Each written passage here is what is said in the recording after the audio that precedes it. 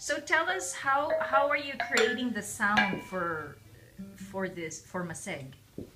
Well, one of the challenges um, is that combining this instrument, indigenous instrument, with an instrument such as the guitar, which was not part of the plan, by the way. I was not thinking of combining them. I was going to write separate highland music and separate lowland music. But Alleluia just said, you know, it might be interesting to mix them up. So my thinking, no. But but I decided why not, right? So one of the pieces that I was able to combine, hopefully successfully, between kulintang and guitar is a piece I call ensalata. Ensalata meaning salad, just because we're mixing all this culture. So how do you do that? First I came up with this riff. I don't know if it's a riff, but it's ostinato. It goes.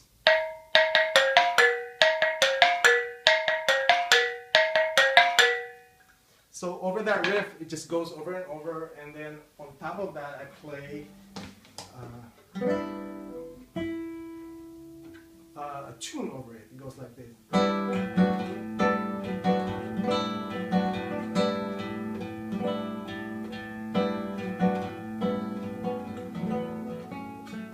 Okay, I can tune.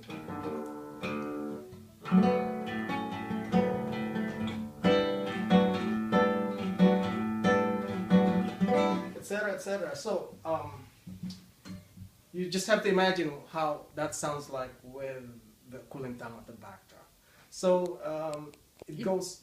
Is that usually done? Do people usually mix these two instruments? No, not at all. Not that I know of. As far as I know, we're the first to do it, and I can see why it's not often done because there are certain challenges. They're actually completely different tuning. The tunes of Kolintang, they don't even conform to a particular, like a note on a Western scale. So in fact, they're what musicians call them quartals. So one note is not exactly like a G on the guitar or a piano. It's slightly out of tune. So the challenge is how do you make it in tune? Fortunately, there are ways around it. Another challenge is even within the indigenous instrument, like for example, kulintang and saranay. If I were asked to come up with a piece that uses them both, well, you can't play them both at the same time because they're on a different key altogether. So one of the ways that I've found effective in order to do that is to modulate. So you play in this key, and then on the next 8 bars you modulate to this key. So and that's you'll hear that in Maseg a lot. There's a lot of modulation of keys because that was the only way for me to be able to combine the two instruments in one song. Mm-hmm. Now this is a hegelong from Lake Cebu. It's interesting because on a given day I never know what I'm gonna get. It means, so you see these frets?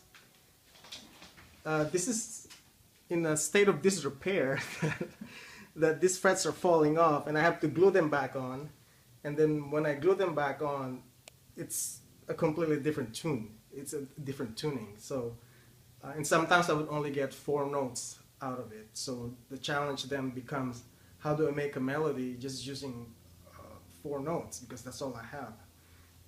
So there was a track called Pagdiriwang that I was able to use that. If you don't notice that there's only 4 notes, then I did a very good job. But that's, you know, sometimes good artwork, it needs certain parameter. So I think, or I hope that's what happened. You only have 4 notes, Florante, make something out of it. So maybe I can play the track later. Well, what's the 4 notes? Well, I can't do it here.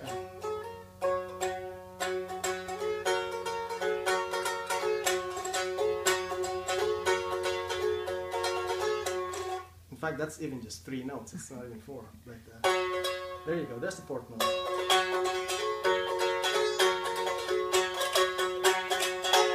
So there's guitar over it. There's even Kulintang over it. I don't think they actually played Hegelo on top of Kulintang today. I've never seen that done before, but we're doing it in Maseg. Great. Thank you.